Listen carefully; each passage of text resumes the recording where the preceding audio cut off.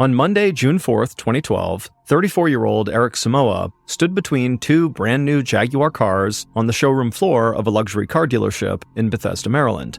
Eric was talking to a potential new car buyer. Eric was this dealership's top salesperson, sometimes pulling in between $10,000 and $20,000 US in commission checks every month. Eric was very handsome. He wore a well-fitted black suit and a red tie, and he was tall with a shaved head, brown eyes, and a goatee. Eric smiled at his potential customer, told him a joke, and then put his hand on the guy's shoulder like they were old friends. But pretty quickly, Eric sensed this guy was not actually ready to buy a car just yet. Still though, Eric had not become the top salesperson at this dealership by giving up at the first sign that the customer is not fully committed. Instead, Eric just continued talking and listening to the guy, doing his best to establish a real connection. That way, when this guy came back and was ready to buy a car, he would hopefully come back to Eric. The potential customer walked around one of the Jaguars and told Eric he would definitely think about buying it. He said he loved how it looked, he just needed to talk to his wife first. Eric said he totally understood, and then he handed the guy his business card and walked him out of the showroom and said he looked forward to meeting with him again. Then Eric turned and walked back across the showroom floor, past all the polished, perfectly lit cars, into a bright carpeted hallway that led to the break room and a few offices. Eric walked into his manager's office and said he was taking off for the day. His manager told him to have a good night, and Eric just grinned, because he definitely had a good night planned, and he couldn't wait to get it started. About 15 minutes later, Eric pulled into the parking lot of his high-rise luxury apartment building in Silver City, Maryland, a suburb of Washington, D.C. The apartment building was the type of place that catered to young professionals, with a rooftop pool and plenty of bars and restaurants within walking distance. Eric walked into the lobby and took the elevator up to the 6th floor, where his place was. Once inside his apartment, he went right to the kitchen and poured himself a drink. Then he headed to his bedroom and changed into black jeans and a black t-shirt, and then he walked out onto a small balcony. He left the door open behind him. Out on his balcony, Eric sipped his drink as he watched the local restaurants and bars down below come to life. Eric loved this part of town, and he loved his apartment, especially because he'd had to work so hard to be able to afford it. Eric was the youngest of 4 children born to immigrant parents from Ghana, and when Eric and his siblings were kids, their parents had told them that the United States was filled with opportunity, and that in the United States, they could be anything they wanted as long as they worked really hard. So Eric had grown up basically believing the American dream was true, that if he put in the work, he would be successful. And looking out from his balcony inside of his upscale neighborhood, Eric felt like he was definitely on the right path. Selling luxury cars had really paid off. He made great money, and he had no intention of slowing down. Just then, Eric heard a knock at his door. He turned around and walked through his apartment and put his glass down on the coffee table, then opened up the front door and saw a 34-year-old Katrina Ben standing there. Katrina smiled, got up on her toes, and threw her arms around Eric's neck and gave Eric a big kiss. Then they both went inside, and Katrina curled up on the brown leather couch in front of the TV, and Eric went to the kitchen to pour Katrina a glass of wine, and then he joined her on the couch. Eric and Katrina had been seeing each other for a few months, but they were still keeping things really casual. They had met outside of the apartment building and discovered right away they had a lot in common. Katrina shared Eric's really strong work ethic, and it's what allowed her to become a nurse. They also both loved basketball, and so their relationship consisted of basically hanging out a couple of times a week, watching a basketball game together, and then spending the night together. And that night in particular, they were both really excited because there was this big NBA playoff game on. And so, sitting on the couch, Eric and Katrina talked about who they thought was going to win the game, and then they also talked about how their jobs were going. But Eric looked a bit distracted. He kept picking up his phone and checking the time. Finally, he just turned and asked Katrina if she was up for going on a quick ride before the game started. Katrina figured he just wanted to go out and maybe pick up some food or something, but no, Eric told her he actually wanted to go meet a guy who he could buy marijuana from. He said the guy lived close and it wouldn't take very long. Katrina was surprised. She knew Eric occasionally smoked weed, but he'd never asked her to go buy weed with him.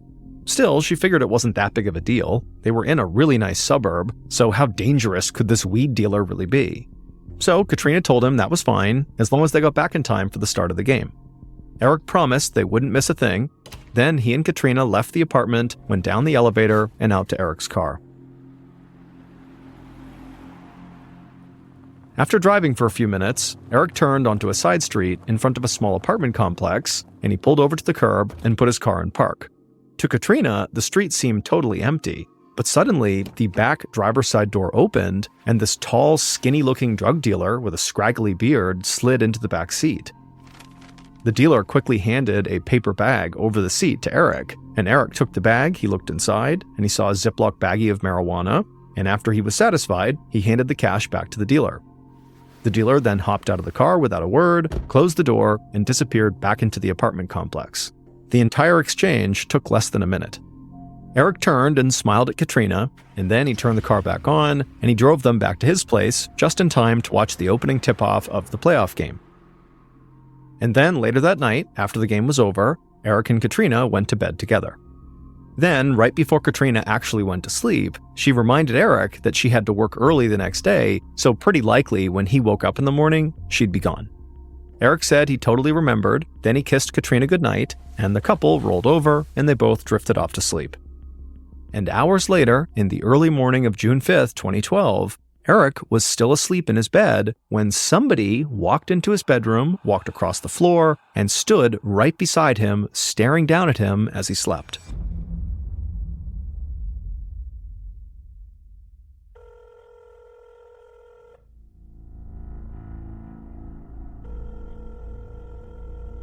The following day, so June 6th, Eric's manager at the luxury car dealership sat in his office trying to get a hold of Eric on the phone. Eric was supposed to work that day, but he hadn't shown up, and his phone kept going to voicemail. Top salespeople like Eric occasionally took what everybody at the dealership called unscheduled days off, but Eric always made sure to let his manager know if he wasn't going to come in, and he hadn't on this day. So the manager walked to the showroom floor and talked to a couple of other salespeople, but none of them had heard from Eric either. The manager started to get worried, so he went back to his office and he called Eric's emergency contact, who was one of his older sisters. The manager told Eric's sister he didn't want to upset her, but he hadn't seen or heard from Eric that day.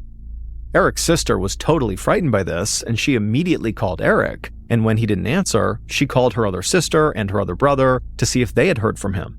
But they too had not talked to Eric in at least a couple of days. Eric's sister, the one who the car dealership manager had called, had a really uneasy feeling. Eric talked or texted with at least one of his siblings every single day, and so Eric's sister felt like, this was an actual emergency, and so she took a deep breath and dialed 911. After explaining what was going on with Eric, the 911 operator said that police would send officers by Eric's apartment to do a wellness check on him. Eric's sister thanked the dispatcher, and then she went right to her car and raced across town to Eric's apartment building. A little before 5 p.m., Eric's sister waited downstairs in the apartment complex lobby while a building manager led 2 police officers up to Eric's apartment on the 6th floor. One of the officers knocked on Eric's door but got no response, so the building manager unlocked the door and stepped back. At that point, the officers stepped forward, walked inside, and began calling out to see if anybody was home, but again, there was no answer. So the officers walked across the apartment, down a short hallway, and came to a closed bedroom door. One of the officers knocked, but there was still no answer, so they opened up the door and walked inside. And there was Eric laying in bed. There was a sheet that was pulled up all the way up to his mouth. The officers walked over, and they saw there was a single gunshot wound to Eric's head. Both officers thought it looked like Eric Samoa had taken his own life. The officers quickly went back downstairs, and when they got there, one of them placed his hand on Eric's sister's shoulder. He said he was so sorry, but they had found her brother deceased upstairs in his bed. Eric's sister let out a shriek that echoed off the lobby walls. She started wailing and crying. She could not believe her little brother was gone.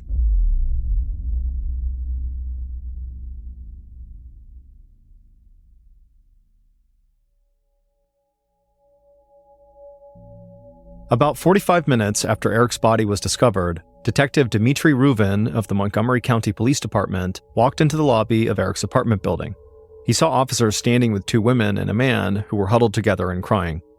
Ruvin was one of the youngest detectives on the force, but he did have experience, and other cops basically envied him for his seemingly boundless energy.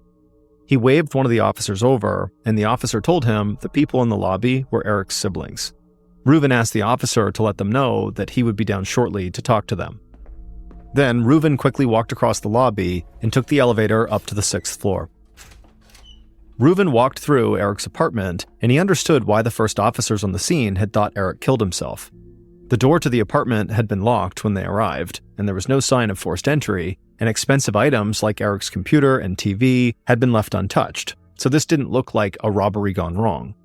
Reuven stepped into the bedroom, and he saw that Eric had a single bullet wound in his head, another sign of a possible suicide. But Reuven searched the entire bedroom and didn't find a gun, so he knew the officers had been wrong. There was no way Eric had shot himself. Someone clearly had shot him. Reuven looked down at Eric's body, and for whatever reason, he felt this instant connection with the guy. He couldn't really explain it. He'd worked a lot of homicide cases, and he always felt sympathy for the victims. But this was something different. This was more personal.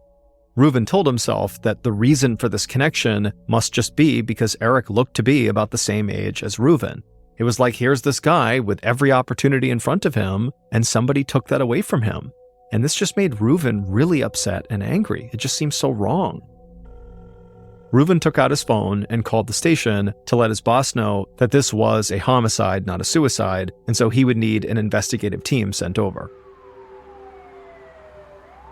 And not long after that call, forensics analysts arrived at Eric's apartment and began sweeping through it. And they would discover a single .380 caliber bullet casing in the bedroom, but there still was no sign of a gun anywhere.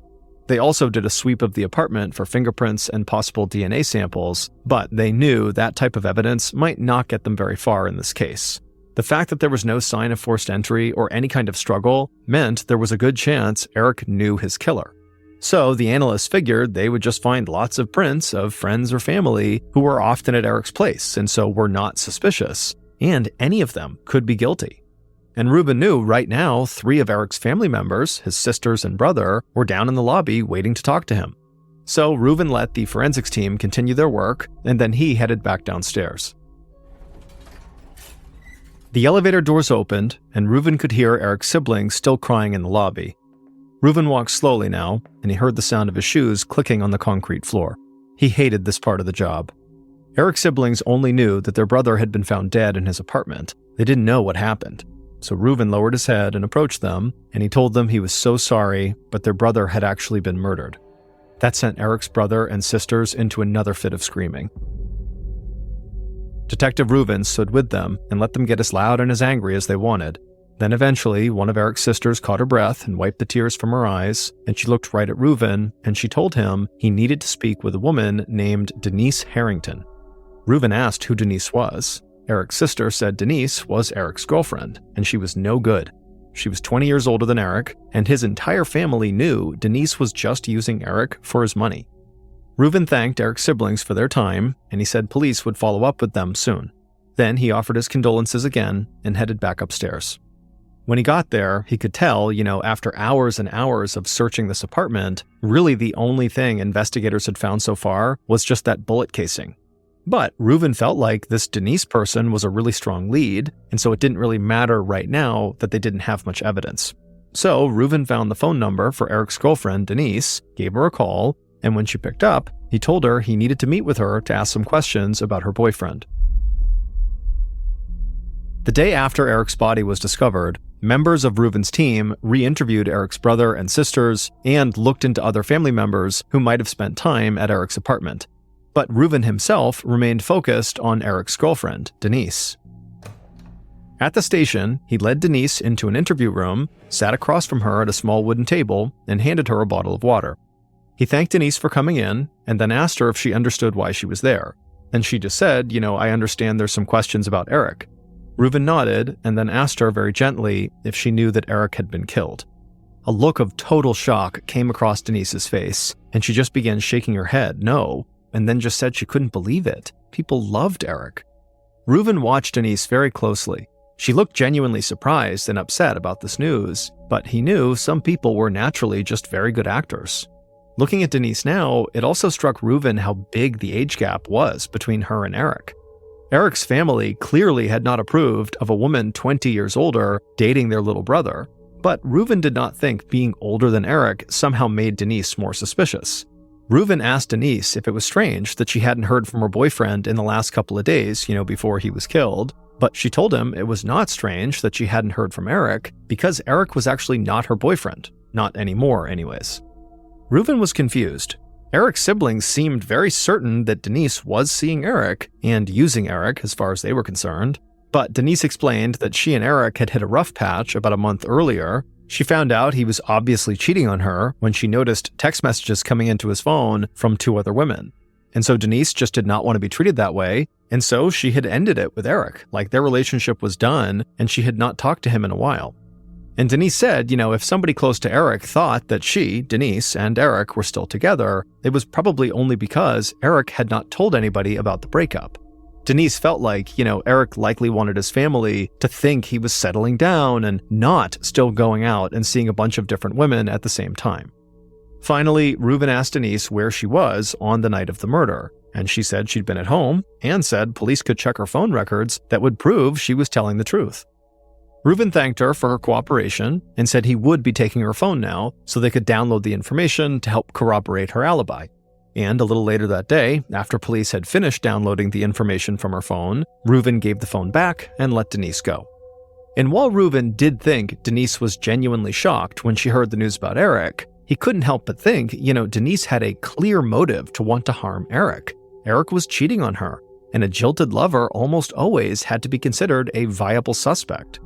But for now, Reuven would just have to wait until his team went through all of that information downloaded off Denise's phone to figure out if she really was a viable suspect.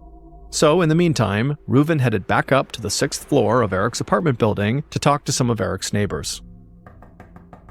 Reuven knocked on a door that was nearby Eric's apartment, and a guy in his 20s answered.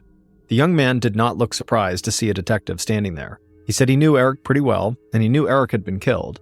Then, without being prompted, he told Reuven the police should really question Eric's girlfriend. Reuven said he'd already met with Denise, but the young man just kind of stared at him, and then he said no, Eric's girlfriend's name was not Denise, it was Katrina. If you recall, Katrina was the woman who watched basketball with him on the night he was killed. The neighbor told Reuven that Katrina lived in the apartment building, and he had seen Eric with Katrina a bunch of times. Reuven thanked the young man for his help, and then the door shut, and then Reuven just stood there in the hall thinking. Denise had mentioned during her interview that 2 women had been texting Eric, which is how she had figured out he was cheating on her, but neither of those 2 women were named Katrina. And Eric's family had never mentioned anybody named Katrina at all. And so now, Reuven thought he might have a jilted lover in Denise and a secret lover in Katrina to consider as suspects. Reuven really wanted to make sure he was fully prepared before he brought in Katrina for an interview, so he and his team did some digging. They found out Katrina was from Mississippi, and she had come to Maryland a few months earlier to work as a nurse for the National Institutes of Health, a government organization focused on public health research. But much more important than that, at least to Detective Reuven, was that several people in the apartment building saw Eric and Katrina together on the night before Eric was killed.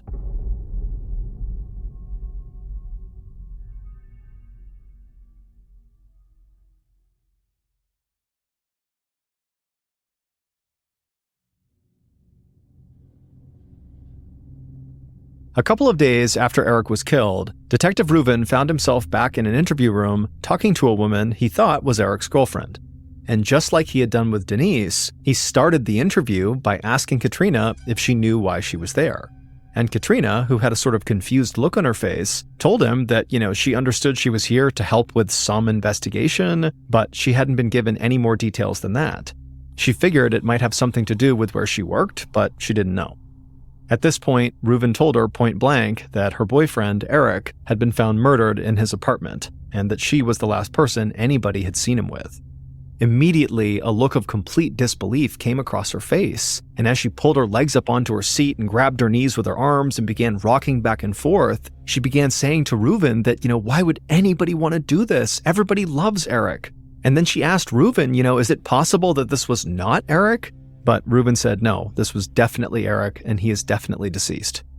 At this, Katrina clutched her knees even tighter, and then she looked up at Reuven with a very sad look on her face, and she said, she just felt so guilty. For the past couple of days, she'd been furious at Eric because he had not been responding to any of her text messages. And so she thought he was just being a jerk for some reason, but now she knew why he wasn't responding. It was because he was dead. That realization was like too much for Katrina to handle, and for a minute, it seemed like she might have a total breakdown. But then she stopped rocking in her chair, and she put her feet on the floor, and she leaned forward. It was like something had just clicked in her mind. She told Reuven that something really strange had happened on that last night that she was with Eric. Reuven leaned in and asked Katrina to please walk him through everything she could remember about that night. Katrina took a deep breath, and then she began speaking. She said she and Eric had met up to watch basketball, but they left his apartment so Eric could go buy some weed. Then, after Eric got his weed, the couple went back to Eric's apartment, they watched the game, they had sex, and then they went to sleep. None of this seemed very out of the ordinary to Reuven, and he was about to say as much, but Katrina said, hold on, the weird part happened the next morning. She said the next morning when she woke up around 5 a.m., because she had to get up really early for work, she had looked over and Eric was not in the bed. Then she heard voices coming from some other room. She thought maybe Eric was on the phone, so she just got dressed, grabbed her things, and walked out of the bedroom, and the drug dealer who had sold Eric the marijuana the night before was standing right there. Katrina said this totally freaked her out. Doing, a quick weed deal in the car was one thing, but having a drug dealer in the apartment at 5 a.m. seemed wrong to her. And being a nurse for a government organization, she did not want to be associated with any drug dealers. But that wasn't all. Katrina said when she looked at this dealer, this tall, skinny guy with a scraggly beard, he seemed really agitated. And when Katrina told Eric she was leaving, the dealer turned and looked at her and walked over, grabbed her arm, and basically rushed her out of the apartment and then shut the door behind her. Reuven got Katrina to give him as many details as she could about the dealer and about the location where he had sold Eric marijuana the night before, and after taking all that down, Reuven stopped for a second because he thought of something. He asked Katrina, why didn't you check in on Eric later in the day or really at any point over the next couple of days when he wasn't responding to her text messages? Like the last thing you saw was Eric alone in his apartment with this sketchy drug dealer who rushes you out the door and shuts the door behind you. You said the drug dealer seemed agitated, so what? You just figured everything was fine and you just didn't think to follow up? Katrina could see how suspicious it seemed, but she explained to Reuven that her relationship with Eric was very casual. They basically were not a girlfriend and boyfriend, they were not a couple, they were just kind of hooking up periodically, and that was it. And so Katrina said, she just was worried that if she really aggressively followed up trying to get in touch with Eric and, went over to his place to check on him, that might come off to Eric like she was this really obsessed girlfriend, and she just didn't want that. And then over the course of a couple of days, when Eric did not get in touch with her, she got mad at him. Why is he not getting in touch with her? And so it just kind of led to this silence. Reuven nodded and then thanked Katrina for coming in and told her he would be in touch if he needed more information from her. Not long after Katrina left, Reuven's team worked to track down that drug dealer. And with Katrina's description of him and the exact location of where Eric purchased that marijuana from him, it didn't take them very long to find this guy. His name was William Woodfork, and he quickly became the focus of Reuven's investigation. A couple of days after the interview with Katrina, Reuven sat back down inside the interview room with William Woodfork. William was tall and lanky with a patchy beard, just like Katrina had described, and he was very, very nervous seeming. He was having a really hard time sitting still. Police had not told William why he was here, and so Reuven figured William was likely very worried about getting busted for dealing drugs. But Reuven acted like he didn't notice, and he just casually reached into a folder and pulled out a photo of Eric, and he placed it on the table in front of William, and he said to William, "This man right here in this photo is a guy named Eric, and he was just murdered." And then Reuven asked William, "How long have you known Eric?" William looked down at the photo, and after staring for a second, he just shook his head and said he'd never met the guy. Reuven smiled a very knowing smile and then told William it was not a good idea to be lying to the police. This is a homicide investigation. This is about as serious as it gets. Reuven told William he had Eric's phone records, so he knew William had texted Eric the night before Eric got murdered.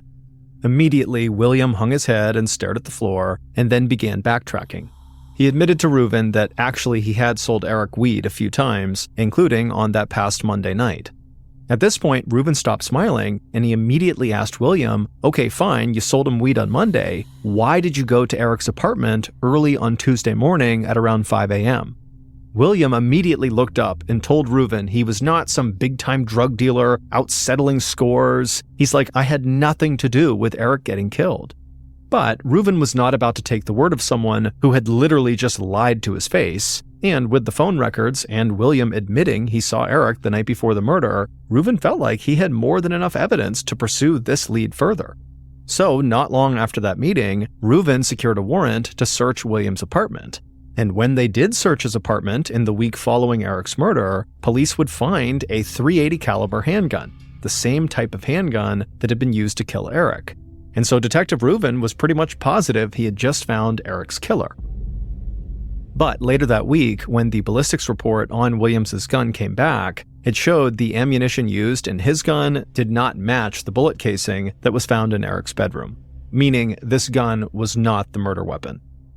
Reuben was not willing to totally eliminate William as a suspect. It just seemed too coincidental that this guy would happen to have a .380 caliber handgun in his apartment, but it could be just a bizarre coincidence. And without more compelling evidence, he knew any case brought against William would not hold up in court. And so suddenly, Reuben felt like this investigation had just stalled in a major way. Investigators went from believing they had their killer right back to having no idea who they were even looking for. And at the same time, Reuben began getting daily calls from Eric's sisters, but he had no new information to share with them. And Reuben told other investigators that he felt like he was letting Eric's family down. Weeks passed without any new leads coming in, and then several months went by, and pretty soon this case became much less of a priority for the department. But Reuben refused to let the case just go cold. In fact, he put a photo of Eric on his desk to remind him of the job he still needed to do. And he continued to talk to Eric's sisters almost every day, and he promised them as long as he was on the force, he would never stop looking for their brother's killer. In May of 2013, almost a year after Eric's murder, Detective Reuben continued his investigation. But almost no new evidence had surfaced, and so he was basically running out of ideas. Reuben pored over Eric's case files whenever he could, looking for anything that he might have just overlooked. And there was one piece of evidence, or really a missing piece of evidence, that had always bothered him. The gun that had been used to kill Eric had never been found. So now, Reuben decided to try something he knew was a total long shot, but he felt like he had nothing to lose. Police often confiscated guns as evidence in investigations, and they occasionally received guns that people had simply found and turned into them. So, Reuben reached out to every police department in the county and asked for a list of all the .380 caliber handguns they had received in the past year, either confiscated as evidence or turned into them by a Good Samaritan. The other departments all cooperated, and soon Reuben ended up with this list of 60 .380 caliber handguns. And then Reuben began the painstaking work of tracking down the history of each of those 60 guns. And the first 58 guns led him nowhere. But when he began looking into the 59th gun on the list, he thought he might have found something promising. That gun had been found discarded on the side of the road on the Capitol Beltway, one of the busiest streets in Washington, D.C. The man who had handed this gun over to police had been sitting in bumper-to-bumper traffic and just happened to look over and see the gun lying on the side of the road. And that spot on the Beltway was not very far from Eric's apartment. But there was another detail in this report about this 59th gun that gave Reuben the biggest jolt of energy he'd felt in almost a year. The man who found this gun had found it just 2 days after Eric's murder. Using the 59th gun's serial number, Detective Reuben tracked down the weapon's original owner, but that man told Reuben he'd actually sold the gun at a pawn shop years earlier, and so Reuben found that pawn shop and got their sales records for the gun, and from there, Reuben started tracking down every one of the gun's previous owners, and there were quite a few of them. And this process dragged on for weeks and weeks, but finally, right around the actual 1-year anniversary of Eric's death, Reuben talked to a man who had sold this 59th gun to a pawn shop just a few months before Eric was killed. And so Reuben felt like there was a legitimate chance that whoever had bought the gun from this latest pawn shop was the killer. Now, the pawn shop was nowhere near Reuben's police station, but he decided he would take a trip there, hoping all of his work would pay off. So, on a hot and humid June day, Detective Reuben, along with several other officers, walked into the pawn shop on the outskirts of a small rural town. Reuben thought it was the kind of place someone would never find unless they already knew it existed. The pawn shop owner greeted Reuben from behind the counter in a very thick southern drawl, and he asked how he could help. Reuben told the owner he was looking for sales records on a particular gun, and then he gave the owner the serial number of the gun. But the owner right away just sighed and said he was really sorry, but he couldn't do that. He'd stored those sales records in diaper boxes out in a shed behind the shop, and earlier that year, rats had gotten into the shed and started gnawing away at all the diaper boxes. The owner was worried he would lose the records to the rats, and he knew losing gun sale records could get him in big trouble with the federal government, so he handed over all those records inside of the chewed-up diaper boxes to the Bureau of Alcohol, Tobacco, Firearms, and Explosives, or the ATF.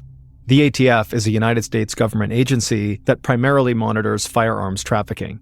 Reuben just stood there and stared at the pawn shop owner. He felt like laughing at how absurd this was. He never imagined diaper boxes and rats would play a role in his homicide investigation, but here he was. And so ultimately, Reuben thanked the owner and then left the pawn shop and headed back to Montgomery County, Maryland, to the police station. And once he got there, he called an ATF agent that he knew and told him what had happened. Reuben offered to go to ATF storage and personally dig through all the chewed-up diaper boxes himself, but the agent assured him the ATF would find whatever he needed. And on June 12, 2013, so over a year after Eric's murder, Reuben got a call at his desk from that ATF agent. And the agent told Reuben that they had just tracked down all those diaper boxes, and they had found the specific report Reuben was looking for, and so he was faxing the report over right now. Reuben thanked the agent and hung up the phone, but as soon as he did, he felt so nervous. It was like every muscle in his body was getting tense. He knew if this report that he was about to read didn't give him any new information, he would have no idea what to do next. And so as he was thinking about this, he looked over at the photo of Eric on his desk and just held his breath. The fax machine near his desk started printing out the report. Reuben got up, walked over to the machine, grabbed the report, and began to read through it. And as he did, Reuben felt like a huge weight had been lifted off his shoulders. After more than a year of investigating this case and weeks of tracking down gun owners all over the place, Reuben knew, based on this report, that he could call Eric's siblings right now and tell them he had found their brother's killer.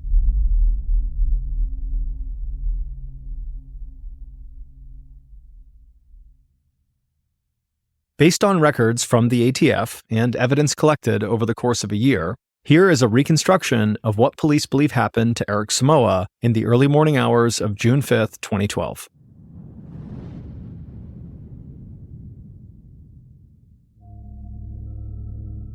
The killer was standing at the foot of Eric's bed, watching him sleep. They'd been standing there for a few minutes, just staring, but they knew now it was time to act. So they reached into their bag that was slung over their shoulder and pulled out a .380 caliber handgun. The killer then walked forward until they were right next to Eric, trying to be as quiet as possible. They didn't know what Eric would do if he suddenly woke up. And so at this point, the killer kind of leaned over Eric until they were so close to him, they could actually feel Eric's breath on their cheek. Then they slowly pulled up their gun and aimed it basically point blank at Eric's forehead, and then they fired. The bullet lodged inside of Eric's brain, and he died without ever waking up. The killer quickly tossed the gun into their bag and then pulled the bedsheet up to Eric's mouth to try to cover up some of the blood. Then the killer ran out of the bedroom, slamming the door shut behind them. They opened up the front door, they locked the doorknob, and then closed it, and then they ran down the hallway to the elevator. As the elevator was making its way down, the killer took several steadying breaths, doing their best to look as calm as possible. When the elevator doors opened, the killer walked across the lobby, went out to the parking lot, got in their car, and began driving towards Washington, D.C. Now, it was still dark out, and the killer saw headlights up ahead from a line of cars driving towards the city, and so since they didn't want to get caught in traffic, the killer just hit the gas and whipped down the road. The killer reached the Capitol Beltway in D.C. before traffic got too bad, and at this point, they rolled their window down, reached into their bag in the passenger seat, grabbed the murder weapon, and threw it out the window. The first chance they had, the killer turned around and sped back across the Maryland border. About 30 minutes after fleeing Eric's apartment, the killer walked back into Eric's apartment building, except this time, when they got in the elevator, they did not go up to the 6th floor. They went up to a lower floor. And then once they got to that floor, they got out of the elevator, walked down the hall, and went inside of their own apartment. And once they were inside, they showered, put on a nurse's uniform, and went right back downstairs to go to work. Katrina Benn, Eric's basketball-loving, casual romantic partner, was Eric's killer. It would turn out Katrina wanted a lot more out of her relationship with Eric. She did not like the idea of it being casual. And the week before the murder, Eric had blown off Katrina on a night they were supposed to hook up. Katrina knew Eric was out with actually another woman, and she told him she was not okay with that. But Eric was just not ready to be in a fully committed relationship with Katrina. In fact, he didn't even want his family to meet her. So Katrina started to feel like Eric was only using her for sex, and it made her really angry. So angry that she decided she would kill him. When Katrina first arrived at Eric's apartment to watch the basketball game, she had the gun with her, but she just wasn't sure if this night was going to be the night that she actually followed through. But Eric's impromptu drug deal gave Katrina potential cover. She could make up a story and say the dealer had shown up at Eric's apartment and seemed really suspicious, and basically make it seem like the drug dealer had killed Eric. However, the dealer, William Woodfork, had nothing to do with the murder. He had never even been to Eric's apartment. It took Detective Reuven tracking down the gun that was used to kill Eric and delving into the gun's history to finally discover Katrina was the killer, because he had traced the gun back to a pawn shop in a small rural town in Mississippi that just happened to be Katrina's hometown. Now, at this point, Reuven was very sure Katrina was the killer. However, he needed a receipt that showed she was the one who bought this gun last. But when he went to the pawn shop in Mississippi, those sales records were in that shed getting destroyed by rats, and so they had been shipped to the ATF. But Reuven was able to get those records from the ATF, and as soon as he looked through them, he saw right there Katrina's name was on the record. She had bought the murder weapon. She definitely was the killer. And so Katrina would be arrested at her parents' house in Mississippi, and she would be found guilty of first-degree murder and sentenced to life in prison, plus an additional 20 years with no chance for parole. To this day, Eric's family say it was Reuven's patience and determination that ultimately got justice for their little brother and gave the family some sense of closure. In November of 2004, 52-year-old Peter Porco and his wife, 54-year-old Joan Porco, were like so many other middle-aged, middle-class Americans. They lived in Del Mar, New York, in a comfortable two-story home, and they worked for a living. Peter was an appellate court clerk, and Joan was a speech pathologist. They had been married for over 30 years, and they had 2 sons.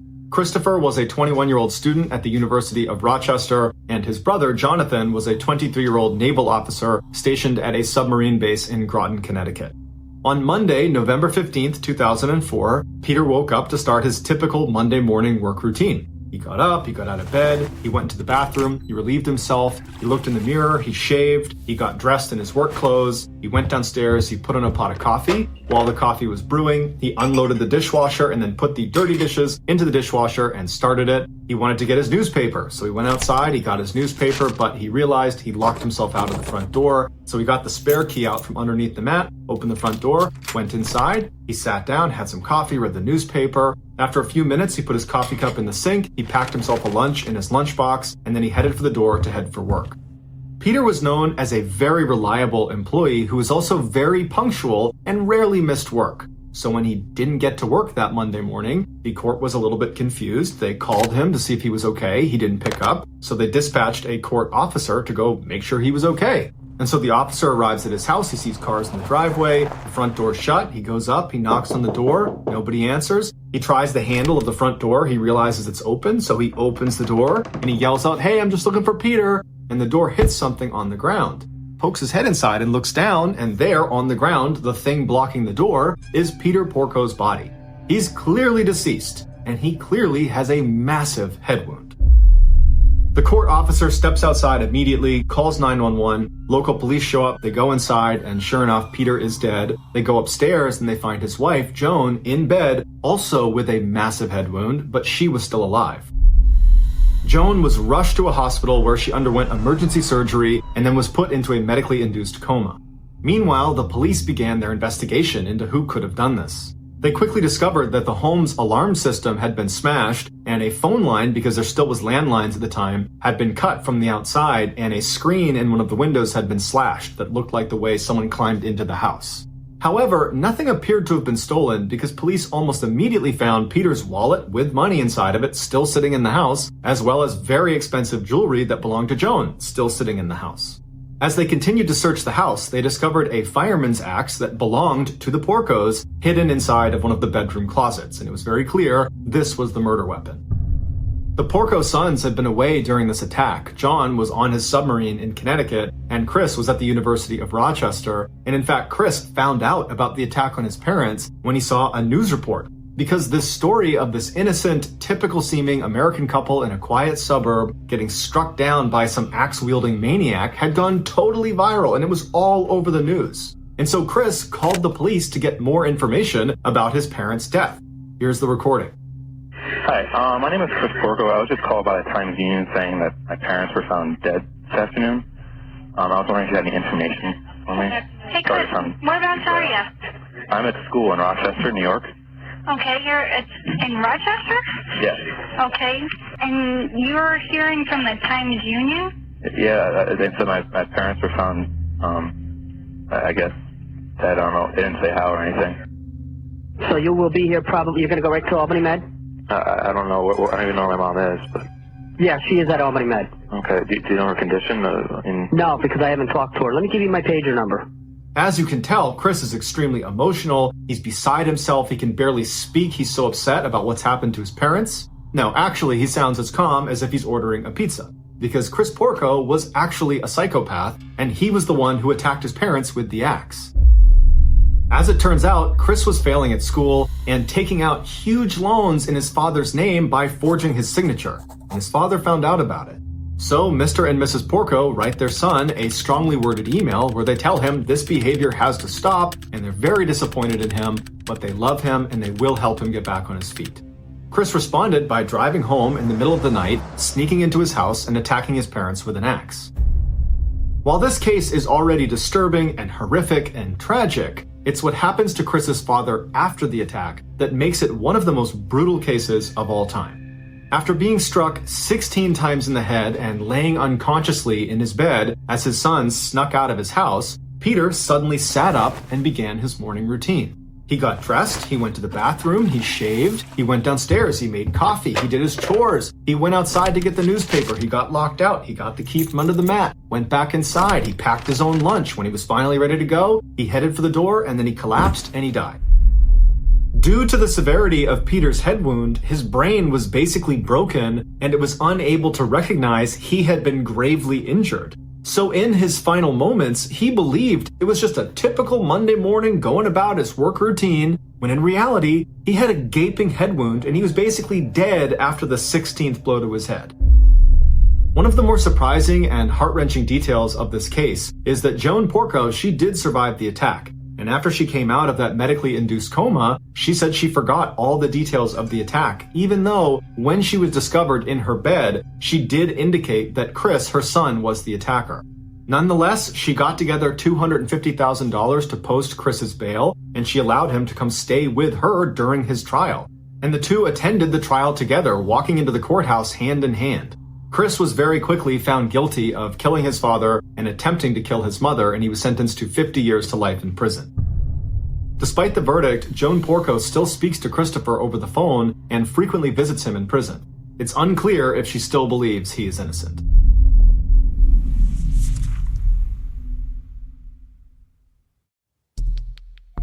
Our next and final story is called Lost Cause.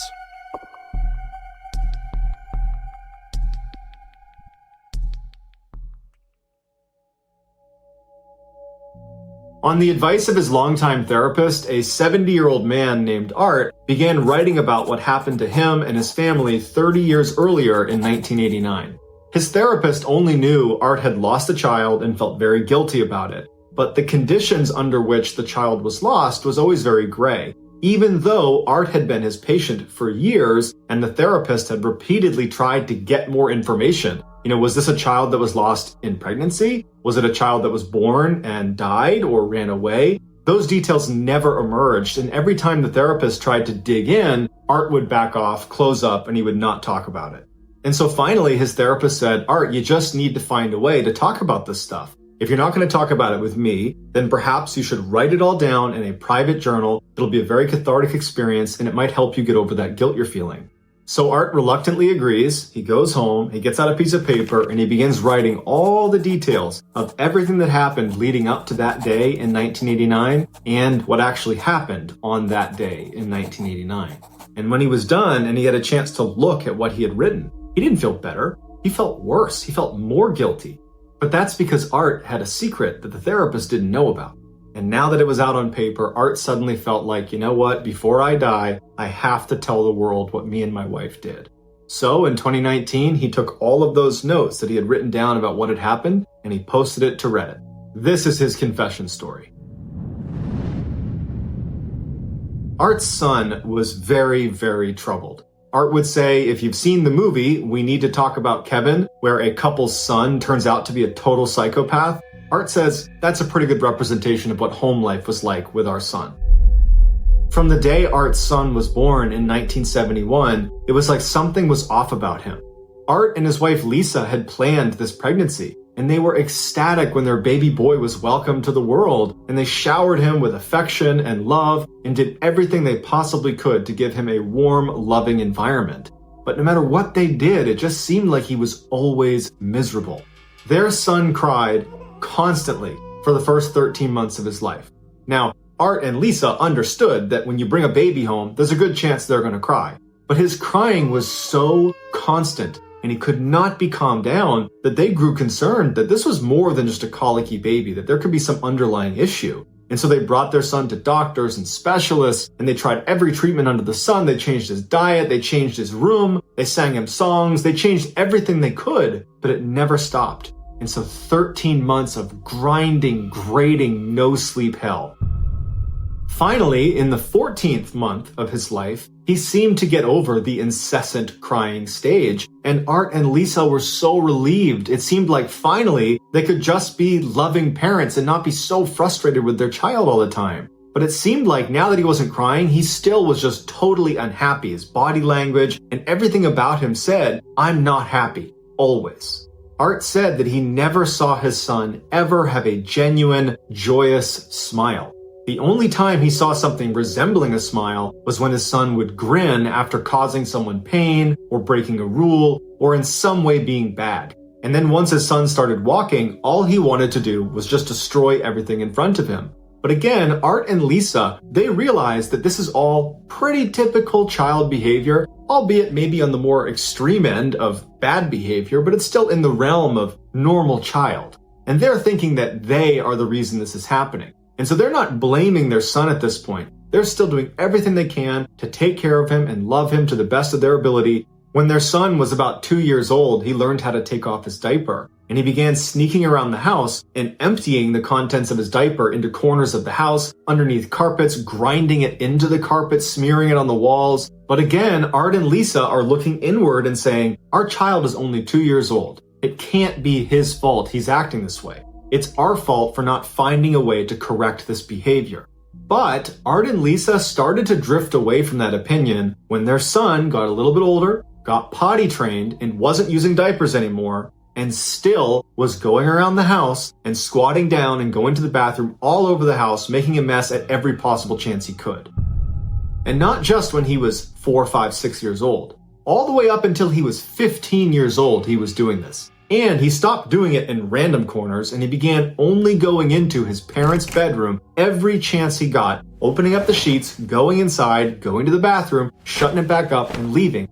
It got to the point where Art and Lisa literally could not stop their son from doing this. He was absolutely determined to do this. So anytime they were away, he would even sneak in the windows to do this. I mean, he was totally hell-bent on going to the bathroom in their bed. And so they had to start putting locks on the windows and the doors of their bedroom.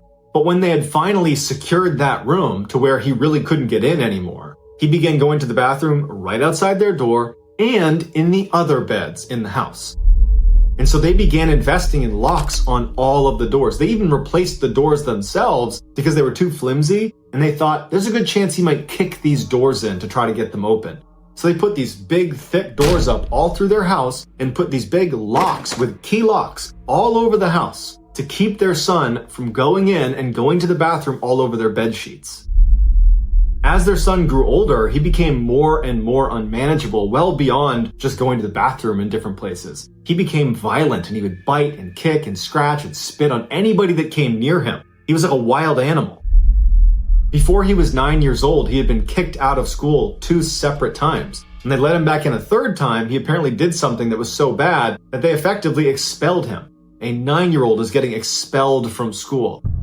So they had to enroll him at this other special school that would accept him with his history, but part of the deal with this school is you don't have any interaction with other students. He was considered too dangerous to be around other kids, so he was totally isolated at school, and it ultimately made him a lot worse. Once he was enrolled in this school, he became really violent at home.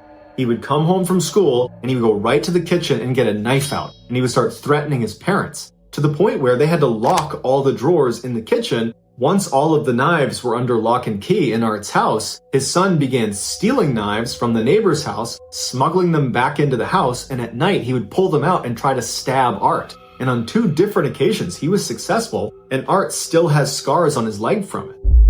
And Art's son was not just attacking his parents, he was also turning on local animals that were helpless. He blinded one of the local dogs that was running around the area by just stabbing it in the eye one day. He went after one of the stray cats and he lit its tail on fire. And honestly, Art doesn't even know the other damages he had done to other animals or even other people.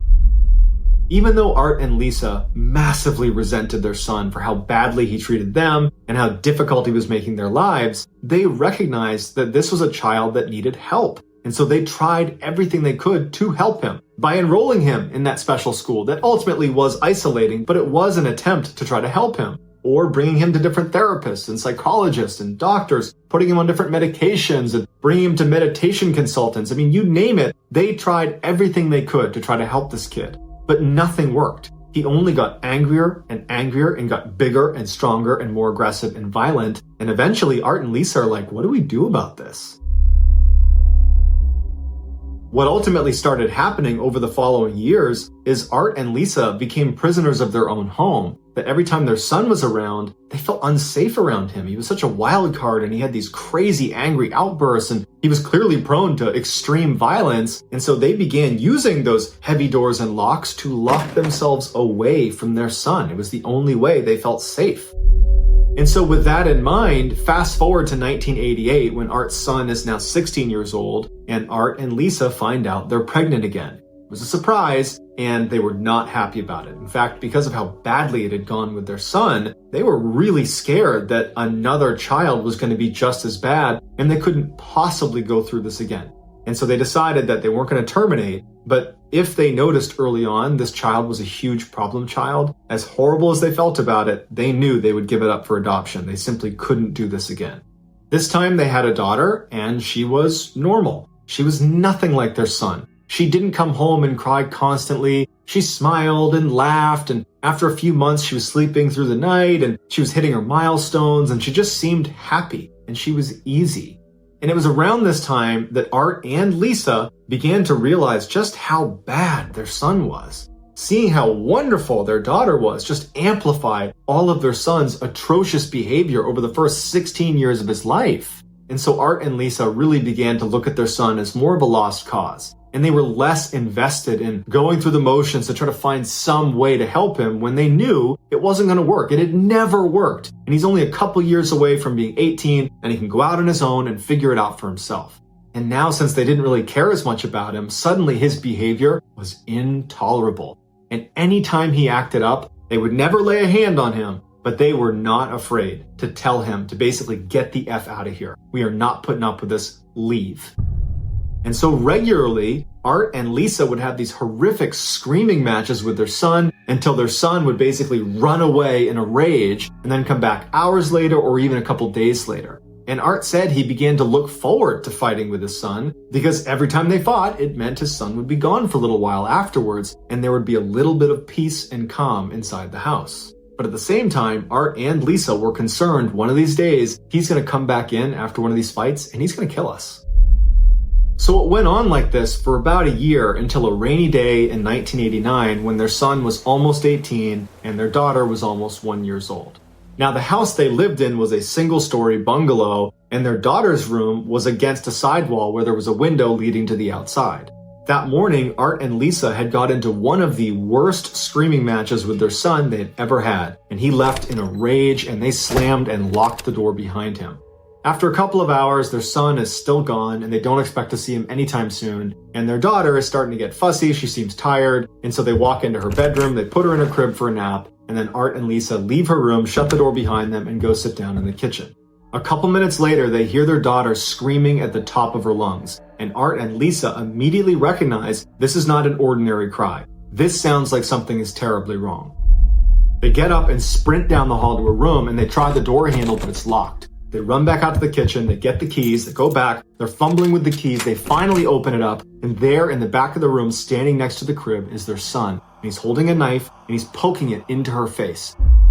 And Art said he looked at his daughter and he could see blood on her stomach and blood on her arm, and she's screaming, and so he thinks to himself, thank God she's still alive. And instinctively, Art starts running to try to put himself between his son and his daughter. But before he could even get there, his wife had moved much faster, and she charged over and smashes her son's hand. The knife falls to the ground. She pushes him as hard as she possibly can, and he goes slamming into the wall and falls on the ground. Art immediately reaches into the crib, picks his daughter up, and runs to the other side of the room, and he kind of looks her over. She's crying, she's in pain, she's scared, but he can see the cuts on her are superficial. He turns back around and he can see his wife is standing there with her fist balled, standing in front of her son. Her son stands up and he's looking at her, no emotion on his face. Art would even say that it was like he was looking at an alien. This person wasn't human. How could they do this to their own sister, to a baby? And he stared at him, and then he noticed his wife was moving towards her son like she was going to attack him. And this is where Art says he knew he was supposed to go over there and stop whatever was about to happen. But he didn't. And this is the part of the story where Art reveals his wife, she's this amazing boxer, and he knew that she could beat the living crap out of just about anybody. The son is so stunned by how quickly this has happened that he's not doing anything. He's not positioning himself to fight back or to even preemptively attack his mother. He's just kind of standing there looking at his mother with no expression on his face. And that's when Art's wife winds up and blasts him across the face, knocking his head back. And Art said immediately he could tell his nose was broken, blood squirts all over his face, and he falls to the ground. Until this moment, neither Lisa nor Art had ever laid a hand on their son. Even when he stabbed Art twice in the legs, they never physically struck their son. But this was different. Their son had crossed the line and he could never come back. And so even though Art knew if he doesn't step in, his wife is going to beat their son to death, even though he knew that was going to happen, he remembers thinking, good. He turns around and he leaves the room with his daughter. As Art cleans up his daughter and puts band-aids on each of the cuts that were inflicted on her, he hears in the other room his son is yelling and screaming at their mother saying, I'm going to kill you. And she is just ruthlessly punching, kicking, and smashing him. It is not slowing down at all. And Art remembers by the time he picked his daughter back up, after putting all her band-aids on and she'd kind of calmed down, he still heard his wife punching, kicking, and smashing their son, who's now unconscious. Again, Art knows if I don't go in there now, my unconscious son is getting his head kicked in by his mother. If I don't go in there now, he's gonna die, for sure. But Art wants that to happen, so he doesn't go in there. Instead, he just rocks his daughter until she falls asleep. And by the time she's snoring in his arms, his wife is still punching, kicking, and smashing their son, who hasn't made a sound in a long time. Art just sits down at the kitchen table, hoists his daughter onto his shoulder, and just listens for his wife to finish what she's doing. And finally it does go quiet in there, and his wife emerges from the room, and she's covered in blood. Her hands are swollen and red, and her chest is heaving like she's been running a race. She comes into the kitchen and sits down at the table next to Art and looks at him, and he looks back at her, and he just says, is he dead? And she says, "I hope so." And he just goes, "Yeah, me too." Art and Lisa sat at the kitchen table for a long time. There was no sound coming from the room where their son was. And eventually Lisa starts crying and goes and takes a shower. At which point Art stands up and he goes into the bedroom where his son was. And this is when he can tell his son is actually still alive. He walks in and he can see his son still breathing, but he's covered in blood. He's got vomit on him. He's clearly wet his pants. His teeth have been knocked out. His whole face is bloodied and bruised and swollen. And he goes up to him and he thinks there's no way he's going to live through this. But Art has kind of an internal crisis because he wants him to die. He doesn't want him to live. And so that decision of should I call an ambulance or should I call police was a really difficult one to make because really neither served the purpose that he or his wife wanted. And so as he's standing there wondering what to do, he hears his wife come out of the shower. And so he leaves the room and he confers with his wife and they decide, we're not going to call the police. We're not going to call an ambulance. We're going to do nothing. And so right then and there, they walked around their house, they gathered up a couple things, and they headed downstairs into the basement where they had an in-law suite, which basically was a little apartment that they didn't really use, but it had everything they needed. And they moved down there, and they locked the one door that led down there, and they locked the side door as well. They figured if he lived, there would be enough food to get him through a few weeks upstairs. There's water up there, bedrooms, bathrooms. He had all of that. And at some point, he would run out of food, and he would have to leave. Or he would die upstairs, and in a couple weeks, they would go up and they would deal with it. Over the next week, they began to hear movement upstairs, which signaled to them he was alive, but he wasn't moving around much. It was just enough to know somebody was up there. They figured that, okay, he's probably laying down most of the time recovering. And so Art began going back to work. He would go out the side door, and every time he went outside and he was on the driveway, he was expecting his son to come out and attack him, but he never did. And his wife, Lisa, she stayed with their daughter 24/7, stayed in the house, and at no point did the son ever try to come downstairs and try to attack her or them at any point, probably because he was afraid of his mother.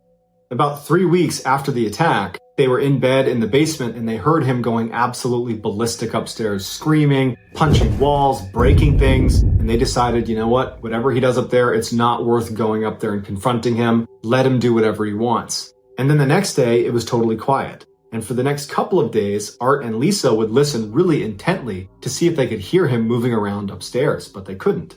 And so finally, Art and Lisa decide to go up into the main floor and see if he's up there. When they open the door, they find their entire upstairs has been absolutely wrecked. Every piece of furniture is ruined, every window's broken, there's glass all over the place, there's brown smears all over the walls, but their son isn't there. And so they figured that night when they heard him going crazy upstairs, he already knew he was going to leave. He just wanted to ruin their house before he did. Even though their son was gone, they had no idea if he was going to come back or not. And so for days and weeks and months, they lived in fear that their son was just going to show up one day and kill them. But he never did. And then 3 years after the incident, they moved and they weren't in contact with their son. They hadn't seen him. And so he had no idea where they were going and they have no way to contact him. So that was it. They just restarted somewhere else. Fast forward to 2019 when Art is making this Reddit post and he says, I haven't seen my son since 1989 and I don't want to see him again. And Art goes on to say that while he hopes his son was able to overcome his demons and live a normal life, he said if he wasn't able to do that, if he was out there still causing pain and misery to other people, Art says he hopes that whoever was on the receiving end of that finished the job and killed him.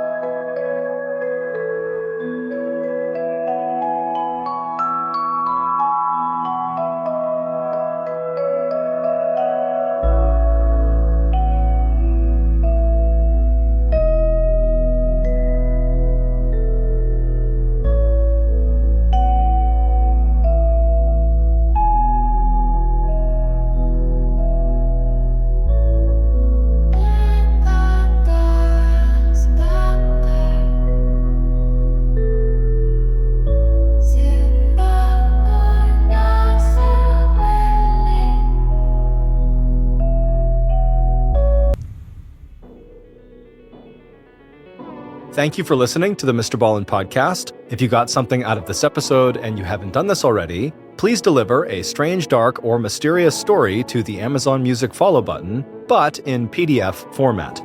This podcast airs every Monday and Thursday morning, But in the meantime, you can always watch one of the hundreds of stories we have posted on our main YouTube channel, which is just called MrBallen.